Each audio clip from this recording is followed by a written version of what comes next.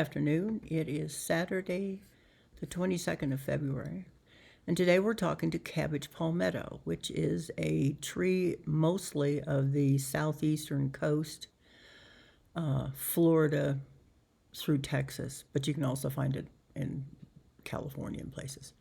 Anyway, Cabbage Palmetto is a palm tree. I gotta show you a picture first before we go fast. Anyway, so that's on Wikipedia.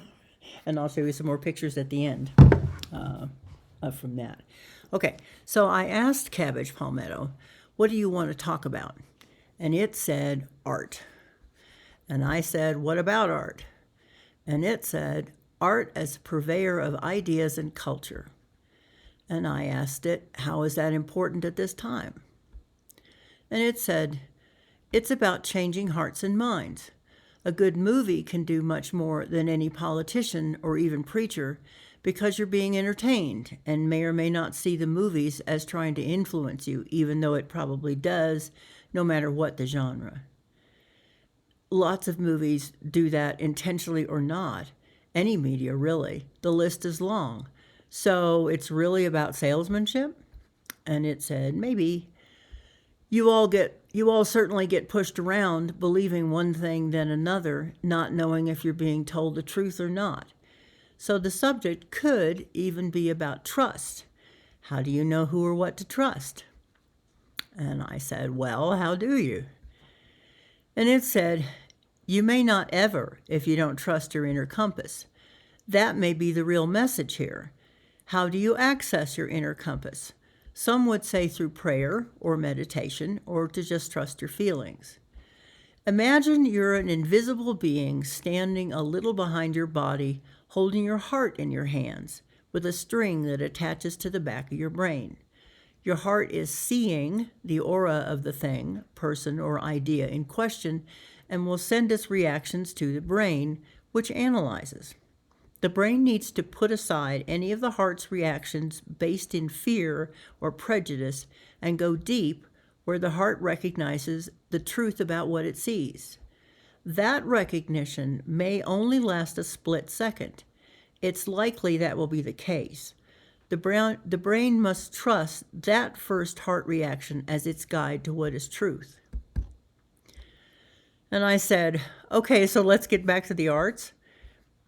And it said, art, from the first time it was made, was an expression of one's inner life or a plea to that which is unseen, but believed to be bigger and more powerful. Therefore, something that bestowed safety and security, and that somewhat arbitrarily. As time went on, and some were more proficient than others in their artistic abilities, art was enlisted for purposes of worship, and the gods must be appeased, so artistic skill was highly valued. This is still true, but when religion was no longer the only employer of artistic skill, artists began to find their own path to a source of inspiration. The source of inspiration is interpreted by each artist individually, but that's fine, as there are many more ears and eyes and hearts and minds nowadays to receive the message that comes through an artist. So, more variety, more people receive the message, potentially. But as religion was the early employer of artistic skill, now the artist must hire his gifts out to those who want to sell other things. Products, services, theories, or schemes, some good, some not so good. Being an artist has always been a mixed blessing. And I asked, how is this all related to current events? And it said, you all are being sold to all the time. It comes at you from all sides, all day long, like a blizzard. What do you believe? Who do you trust? What I can tell you as a tree is that ultimately you must choose whether to root yourself in the ground, know who you are, and stand against the winds and the tides, or lose yourself in service to those who tell you they are greater than you in the eyes of the Creator. There is no simple answer. And that's the end of the empathic reading with Cabbage Palmetto. And now, before I show you some pictures of the tree, as usual, please subscribe and share and like if you enjoy my readings with the trees. Okay, now, there are a bunch of pictures here. Okay. So on Wikipedia, so you can do this yourself if you want to. Okay. That's the part of the country where you find that where they're native to. And that is a drawing from somebody or other. Old. Before there were cameras, I guess. And then now there's a bunch of pictures of the tree in situation. I've done a bunch of these myself when I went to California to visit my friend Sylvia. They have them all over the place out there too, although I'm not sure they're native to there. But,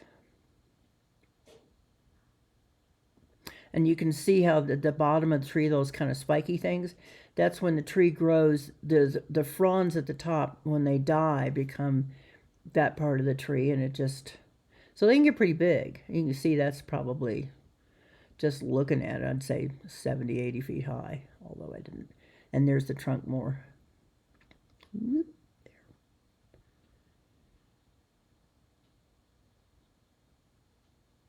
And that is South Carolina. So it's on a bunch of flags too, and there's Florida and that kind of stuff.